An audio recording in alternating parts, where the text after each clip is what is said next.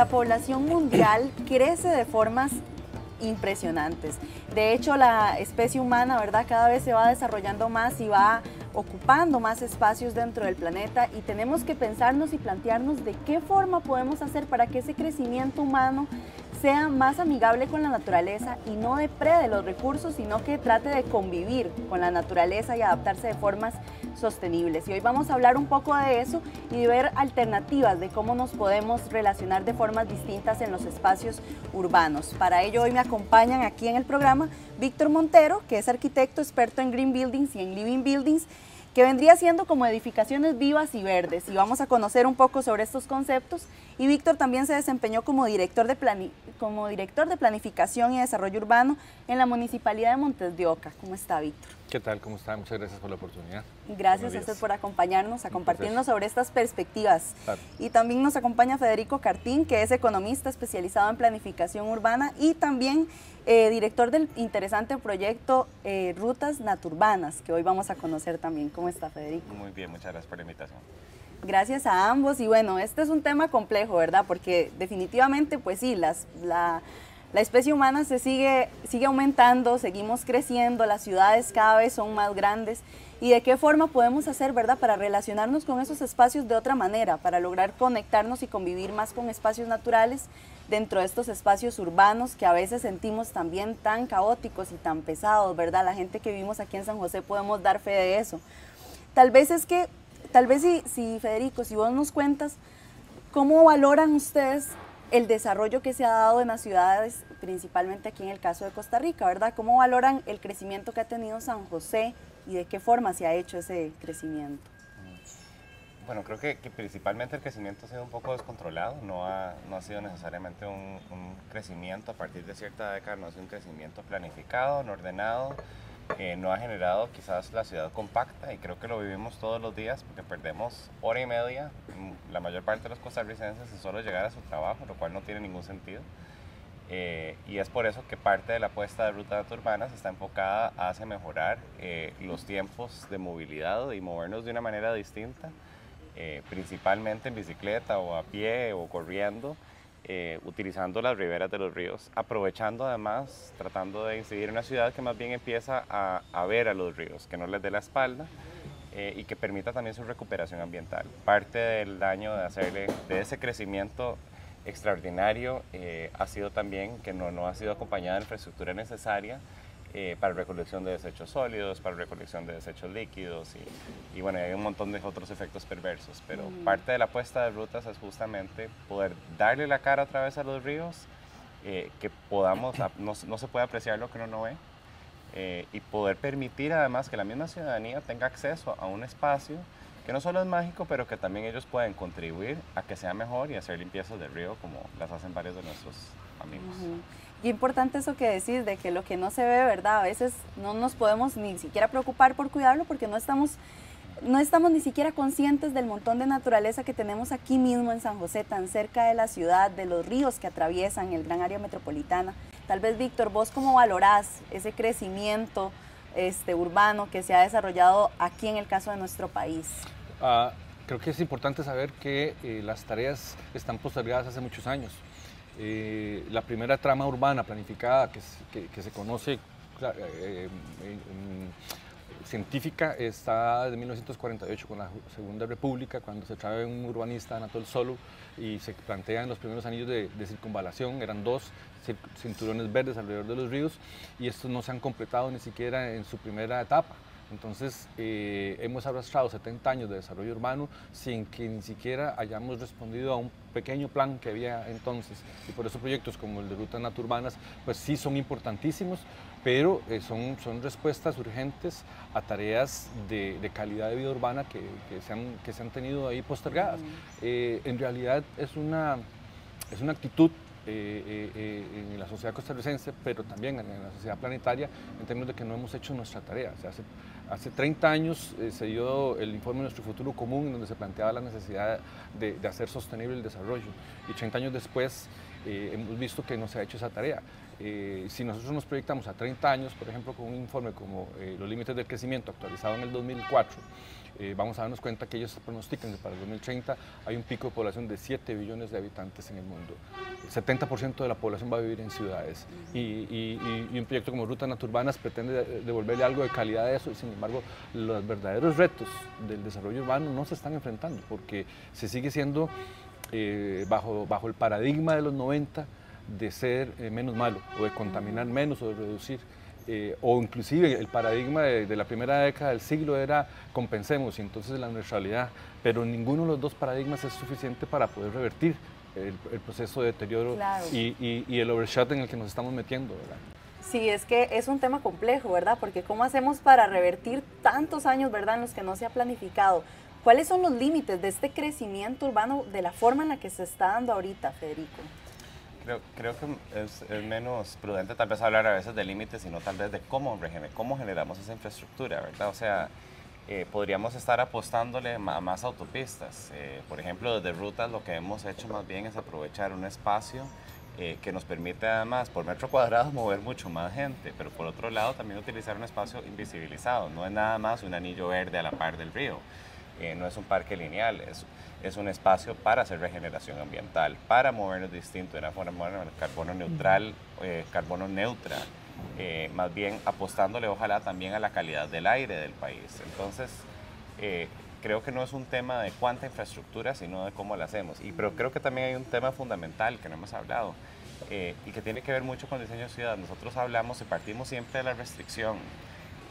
Creo que la gran diferencia, la lección importante con Rutas Naturbanas ha sido principalmente que se estableció una visión compartida, una visión que el sector público, el sector privado, las ONGs, no importa el espectro, han apoyado una visión porque se construyó colaborativamente.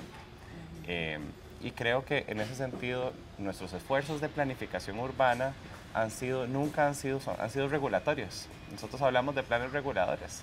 No construimos una visión de lo que queremos que sean la ciudad o las ciudades a un plazo de 30 a 35 años y no tenemos las herramientas legales después para convertir esa visión en direccionar. Pero creo que lo más importante es poder inspirar a la gente para que ojalá esa infraestructura sea mucho más verde, sea mucho más eficiente e incluso sea más barata por persona, per cápita, ¿verdad? Sí, que haya mucha más planificación y mucho más ese interés realmente social, ambiental, y no solamente respondan la construcción de infraestructura a intereses económicos, ¿verdad? Que haya una visión mucho más integral. Y justo vamos a analizar un poco las propuestas en el siguiente bloque, así que les invitamos a seguir acompañándonos acá en Era Verde.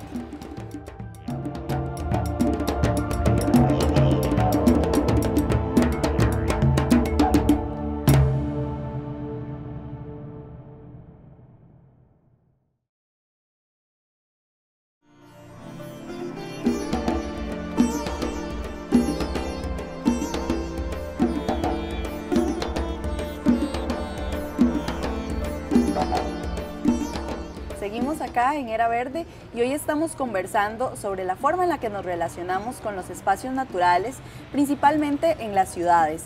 La falta de la planificación es uno de los grandes desafíos que enfrentamos hoy en día, ya que no se ha pensado en la forma en la que nos estamos relacionando con estos espacios y ahora tenemos que atender las consecuencias de eso. ¿Qué plantean los conceptos de edificios vivos y verdes, Víctor? Esos conceptos en los cuales vos te has especializado. ¿Cuál es la idea? La idea de los edificios verdes o edificios vivos es llevar al edificio a ser un actor propio del contexto en donde éste se gesta, rompiendo completamente ese concepto de traer modelos de edificios que se comportan como ajenos, que vienen con una serie de prescripciones fuera de nuestro contexto biogeoclimático y más bien utilizando la metáfora de una flor, que funcionen completamente con esas condiciones climáticas, que cosechen todo el agua y toda la energía de su sitio, que funcionen a un 105% autónomamente, es decir, que puedan producir el 105% de las necesidades de lo que se consume en una base anual, pero además que funcionen libres de contaminación, completamente integrados con los ecosistemas propios y que además de todo sean edificios que tengan belleza, pero no nada más una belleza estética, sino una belleza que exalte el goce pleno del uso de esos edificios, estimulando la salud y la felicidad de las personas en su uso. Entonces, básicamente, estamos hablando de un nuevo tipo de edificio que se preocupa por las personas, que se preocupa por el entorno, que se preocupa por el ciclo de vida completo del edificio, porque los materiales no deberían, no podrían en todo el ciclo de vida tener ningún grado de toxicidad para ninguna forma de vida. Esto plantea una serie de retos de diseño y una serie de retos en su operación y mantenimiento que le exige más al diseñador y que le exige una corresponsabilidad en un efecto mucho más prolongado de lo que pueden ser 5 años de responsabilidad profesional, sino el ciclo de vida de todo el edificio, inclusive en su deconstrucción. Claro, y eso es un enorme desafío, ¿verdad? Lo que plantea, porque es totalmente otra lógica a la que hemos venido teniendo en las últimas décadas, ¿verdad? Por ejemplo, en San José, que vemos que es una lógica que nos distancia más bien de los espacios completamente, naturales. pero además de ser responsable con sí mismo, es decir, de ser responsable de su edificio, esa relación con el entorno, porque básicamente lo que se plantea es imaginar edificios que no solamente son responsables de su perímetro, sino que además establecen relaciones y vinculaciones con los edificios del entorno, porque también se habla de que esos edificios tienen que hacer ciudad, y tienen que hacer ciudad en la medida en que pueden generar relaciones energéticas, hídricas, de comunicación horizontal o de comunicación vertical, generando espacios públicos y instalaciones colectivas en la verticalidad, regenerando áreas de ciudad que ya han sido desarrolladas de forma equivocada o de forma insana, para traerlos a vida y traerlos a sanidad dentro de la trama urbana y hacer mejor ciudad. Sí, otra forma totalmente de entender las ciudades. Correctamente. Y justamente también el proyecto de rutas natururbanas creo que busca eso, ¿verdad? Esa integralidad de poder conectarnos con espacios físicos donde estemos interactuando con el entorno en vez de destruyéndolo. Tal vez si nos cuentas un poco de la iniciativa también. Tal vez para hacer el paralelismo un poco en la ciudad y entendiendo la ciudad como un sistema viviente, nosotros decidimos no apostarle, digamos, al entorno celular, lo cual es muy importante a nivel edificativo, sino pensar en el sistema central nervioso, que en este momento nosotros lo hemos dimensionado principalmente como los ríos urbanos, pensando en tal vez no cambiar las partes, sino la relación entre las partes. Entonces, esa relación entre las partes, la apuesta realmente se transforma en 25 kilómetros de un eje de movilidad, aprovechando las riberas de los ríos Torres y María Aguilar para enlazar 25 kilómetros desde la Universidad de Costa Rica hasta la Sabana, utilizando eso como puente para llegar al María Aguilar, Parque de la Paz, y más adelante ya hacia la Huaca en Curridabat. Entonces lo que estamos es enlazando 5 cantones y permitiendo que las personas por primera vez puedan realmente no solo acceder a un espacio como un parque nacional dentro de la ciudad, sino también permitirles incluso hacer labores de vigilancia ambiental. Hay muchas cosas que pasan dentro de esos espacios que no son legales, que son violaciones al ambiente. De hecho, construyendo, ahora les contaba fuera del set que durante el proceso de construcción del plan maestro, de hecho, salieron 2 denuncias ambientales. Entonces, una manera de visibilizar lo que está pasando, por un lado. Por otro lado, también nos permite que las comunidades mismas puedan apropiarse de ese espacio y ir ayudando a hacer limpieza, que además contribuye al Tárcoles, que es la cuenca más contaminada de todo Centroamérica, lo cual es vergonzoso para nuestro país, pero que también nos podamos mover de una manera distinta, de una manera que además no genere, digamos, los impactos ambientales que tiene. Puntualmente, digamos, unos impactos que a mí más me preocupa es el tema de la calidad del aire. Nuestros 4 hospitales, por ejemplo, AAA, los más importantes del país, están ubicados justamente en zonas a donde excedemos por mucho el 80% de los límites permitidos, digamos, a nivel de calidad del aire. Estamos hablando de incrementos importantes en enfermedades pulmonares. Entonces, si no empezamos a cambiar la manera en que nos comportamos, podemos tener, o sea, las apuestas como las que hablaba Víctor, de edificios vivos, de edificios verdes son muy importantes, pero necesitamos también entender el colectivo. Entonces, la célula y el sistema necesitan trabajar juntos, y creo que eso es lo bonito de estar conversando con vos también, es que estamos hablando de empatar. ¿Cómo empatamos esas dos cosas que son fundamentales? Y bueno, en esa línea también han habido ya pues algunos pequeños pasos que podemos ir viendo, porque sí hay este interés de revertir la situación. Por ejemplo, está la guía de construcción sostenible, que es una iniciativa que tal vez, Víctor, vos nos puedes ampliar un poco de qué se trata. Sí, dentro de las acciones que la sociedad ha ido adoptando tarde, pero por dicha adoptando, están algunos manuales, como por ejemplo la Guía de Construcción Sostenible, que es un esfuerzo que ha coordinado la Comisión de Construcción Sostenible en la Cámara de la Construcción, como también una guía para el manejo de desechos. Son algunas herramientas mínimas, básicas, esenciales, que apuntan en la dirección correcta y que todas suman en ese sentido. Aquí lo importante es poder visualizar que para que tengamos efectividad en lo que estamos haciendo, el tipo de esfuerzos y de acciones que deben emprenderse son y deben ser disruptivas, un poco como un proyecto de rutas natururbanas que plantea sacar del anonimato estas redes y transformarlas en parte activa del sistema, como planteaba Federico. Son ese tipo de acciones que pasan de ese paradigma, y aquí para mí es muy importante entender que el paradigma de ser menos malo o de reducir impactos era un paradigma de los años 90, o que el paradigma de la compensación era un paradigma de los años de principios de década, de siglo, pero que definitivamente este tipo de acciones y cualquier otra tiene que ir a la ruptura del paradigma del impacto positivo. Y un proyecto como Rutas Natururbanas claramente puede tener ese potencial de generar impacto positivo, pero no se agota. Y la guía de construcción sostenible es un nivel de entrada básico para que cualquier persona pudiera entender hacia dónde debería ir, pero que definitivamente se necesita que todas las personas se involucren con acciones positivas o de impacto positivo, tratando de rescatar y de generar la ciudad y cada edificación, ¿verdad? Pasa un poco eso, ¿verdad? Porque los estados y las sociedades dejemos de conformarnos con eso, con las opciones menos malas. Correcto. Y también pasa porque pues empecemos a proponer entonces estas alternativas y a implementarlas ahora que aún estamos a tiempo de revertir esos impactos. Vamos a hacer una pausa de momento y ya casi seguimos para conversar más sobre este tema aquí en Era Verde.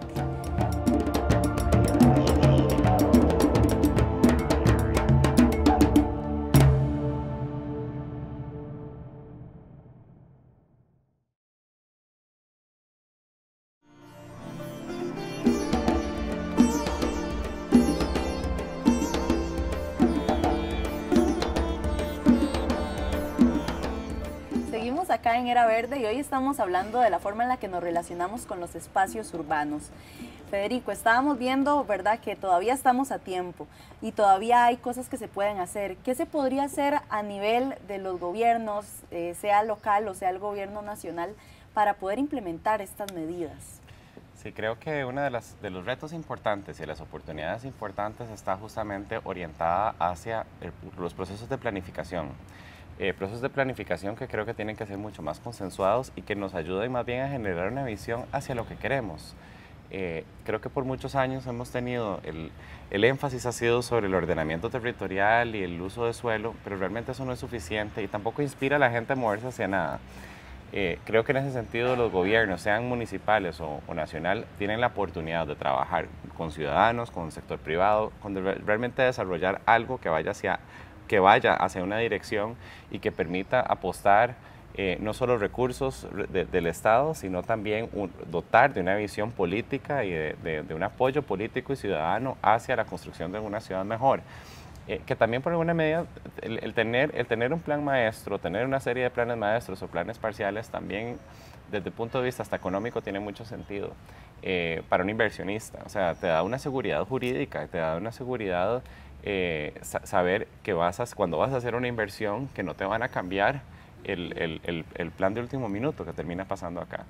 Entonces, sí, por otro lado, también te va a prevenir un montón de zaracuartazos y enfrentamientos y digamos, mucho de ese conflicto que sucede en la urbe. Entonces, creo que realmente el enfoque principal debe ser hacia eso, hacia realmente tener una visión muy clara de hacia dónde debiéramos ir y compatibilizarla con los marcos legales nacionales o locales. Entonces, amarrando con esto que decís, ¿es viable económicamente implementar este tipo de medidas? Porque muchas veces también se piensa que esto es como para los países desarrollados, de primer mundo, y que aquí en realidad no se podría hacer. Víctor, ¿vos qué pensás de eso? Es viable y es urgente. Yo creo que es factible en la medida en que lo adaptemos a nuestras propias condiciones. Un elemento fundamental presente en todo lo que hemos conversado, por ejemplo, es que la ciudad dentro de ese replanteamiento tiene que darle vivienda a la población. tiene que haber vivienda asequible, y eso es una falencia de la política que ha estado omisa dentro de esto, y tiene que replantear el esquema de desarrollo urbano, el esquema de la política de vivienda, que ha estado orientado únicamente a paliar la deficiencia, pero no la vigorización de la ciudad. Y definitivamente ante los retos que tenemos, la vivienda asequible, dentro de una ciudad compacta es un enorme reto para los próximos 15 años en este país, aunado a la calidad de los espacios colectivos, de los equipamientos colectivos, en donde tenemos que dejar de desparramarlos horizontalmente para inclusive empezar a ver las mixturas de los edificios verticales, en donde ahí se dan no solamente servicios, comercio o residencia, sino también espacios institucionales, espacios financieros, espacios de cuidado diurno para personas mayores, para personas menores. Básicamente lo que se está planteando en el mundo es que aquello que tenemos en horizontal, empiecen a establecerse en vertical interactuando entre los edificios. Eso es una nueva visión de ciudad. Bueno, y además aunado a eso también recordemos, o sea, que para los países en vías de desarrollo hacer esto no es un tema de si es prohibitivo, más bien yo creo que es un imperativo. Estamos hablando de que países pobres necesitan realmente ser mucho más eficientes en poder utilizar sus recursos. Entonces, cuando estamos hablando, por ejemplo, digamos, de tuberías de agua, o sea, no tenemos que extenderlas por kilómetros, sino tener un modelo de ciudad mucho más compacto y tener una visión de una ciudad mucho más compacta. Sabemos que empezamos a hacer que esa tubería, ¿verdad?, sea mucho menos costosa. Pero además no solo desde el punto de vista de ahorro, que necesitamos, o sea, por un lado nos apoya eso, sino también hay un tema de un costo de oportunidad de no hacerlo.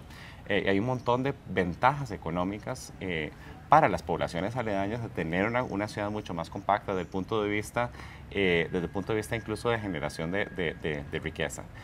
Con rutas urbanas, por ejemplo, una de las apuestas de las comunidades aledañas a rutas urbanas eventualmente también pueden empezar a montarse sobre un esquema de ecoturismo urbano. Y está empezando a generar pequeños negocios. Entonces, creo que la pregunta es muy válida, pero te diría más bien que es al revés. Es más bien mucho más importante justamente tener planes y hacer este tipo de apuestas, porque nos ahorra, sobre todo como país pobre, pero además nos dota de un montón de ventajas importantes, digamos, a la hora de mejorar la calidad de vida de las personas. Entonces justamente estamos en un momento en que hay que articular todos estos esfuerzos ciudadanos y ojalá que se muevan también las voluntades políticas en ese sentido, ¿verdad? De poder implementar estas medidas ahora que todavía estamos a tiempo. Muchas gracias a ambos por acompañarnos, ya se nos acabó el programa, pero les invitamos a seguir con la programación de Canal UCR y les vamos a dejar ahora con una cápsula de permacultura que tiene mucho que ver con este tema. Así que nos despedimos y nos encontramos la próxima semana. Hola, ¿cómo están? Estamos de vuelta aquí en Germinando y me estoy encontrando esta construcción muy interesante, una combinación de barro, madera, bambú y Tetra Pak. Parece que aquí se están dando talleres y además es una oficina de arquitectura. Más que contarles, yo creo que lo mejor es que nos cuente Elena, que está por acá, la creadora de este espacio. Hola Elena, ¿cómo está? Hola Santi, pura vida.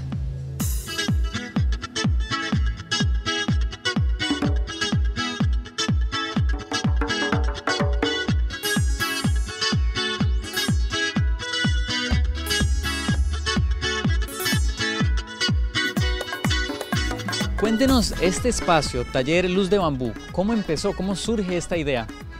Bueno, la idea surgió porque yo primero estaba saliendo de la universidad y quería dedicar mi carrera profesional, yo soy arquitecta, a dar una propuesta a las personas de una arquitectura más sostenible y respetuosa con el ambiente, una arquitectura que trabaja con materiales naturales. Y además de esto, entonces aprovechamos para que esto fuera mi oficina y de una vez también quedara como un lugar, un espacio para dar talleres culturales alrededor de temas relacionados también a la preservación de la naturaleza. Para mí lo más importante de este espacio era, ¿verdad?, haber hecho en la ciudad un proyecto con materiales naturales que la gente pudiera ver, pero también tener un espacio natural que pudiera dar talleres de conciencia acerca de nuestra relación con el planeta y todas estas cosas, también pues ha creado, ¿verdad?, un sentido de comunidad grande, o va a ir creando un sentido de comunidad, y el lugar puede ir también teniendo un impacto en la comunidad que ojalá luego se vaya replicando. Y ahora, si alguien quiere replicar una construcción similar con unos materiales como estos, ¿qué consideraciones deben tener? Bueno, por dicha, digamos, en el país, y nosotros vivimos en el trópico, no tenemos condiciones tan extremas, ¿verdad?, que varían, pero entonces en Costa Rica sí tenemos proyectos que ya existen de bambú y barro en distintas zonas, y en zonas más de playa y en zonas más de montaña. Lo que sí habría que hacer siempre es tomar consideraciones, como por ejemplo, si hay bastante, en algún lugar más lluvioso, tener tal vez un poquito más de aleros, ¿verdad?, para proteger más el barro y el bambú.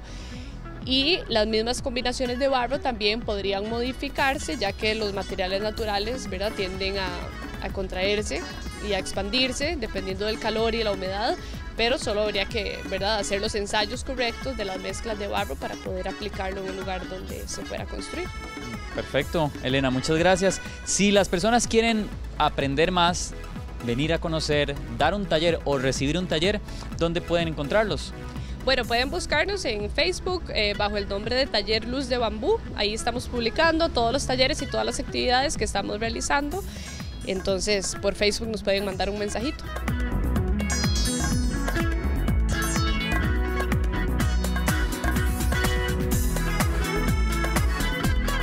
Un espacio que responde creativamente al cambio, que además aprovecha recursos naturales, integra y crea comunidad. Muchas gracias, Elena, por invitarnos. Muchas gracias a ustedes, Santi, y a todos decirles que más que invitados en venir a conocer esta propuesta sostenible y amigable con el ambiente y a participar de los talleres que damos acá. Perfecto, ya saben, si tienen preguntas, escríbanos al correo o si están en redes sociales, dejen un comentario. Nos vemos en la próxima, Germinando Ideas de Permacultura.